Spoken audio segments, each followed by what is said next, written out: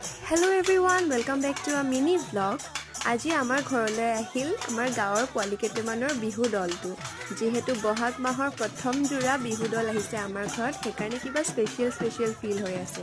সৰুতে এনেকৈ বিহু মৰা মনত আছেনে বাৰু আপোনালোকৰ মোৰ পিছে মনত আছে কিন্তু মই গাঁৱত যেহেতু নথকা সৰুৰে পৰা পাপাৰ চাকৰি সূত্ৰে বাহিৰতে থাকা কোৱাৰ্টাৰত থাকি ডাঙৰ দীঘল হোৱা কিন্তু কলনীৰ ঘৰে ঘৰে যে ময়ো এনেকৈ বিহু মাৰিছিলোঁ মোৰ আজি ইহঁতক দেখি বহুত মনত পৰি গৈছে কিমান যে ফূৰ্তিৰ এটা বয়স ন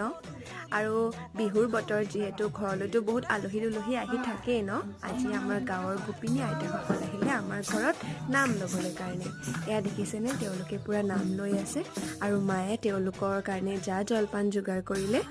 প্ৰত্যেকটো বিহুতে তেওঁলোক আহে ঘৰে ঘৰে নাম গাবলৈ কাৰণে বহুত ভাল লাগে ন তাৰপিছত তেওঁলোকক জলপান খুৱাই পিনে বিদায় দিয়া হ'ল আৰু এয়া দেখিছেনে আকৌ বিহু দেখিলোঁ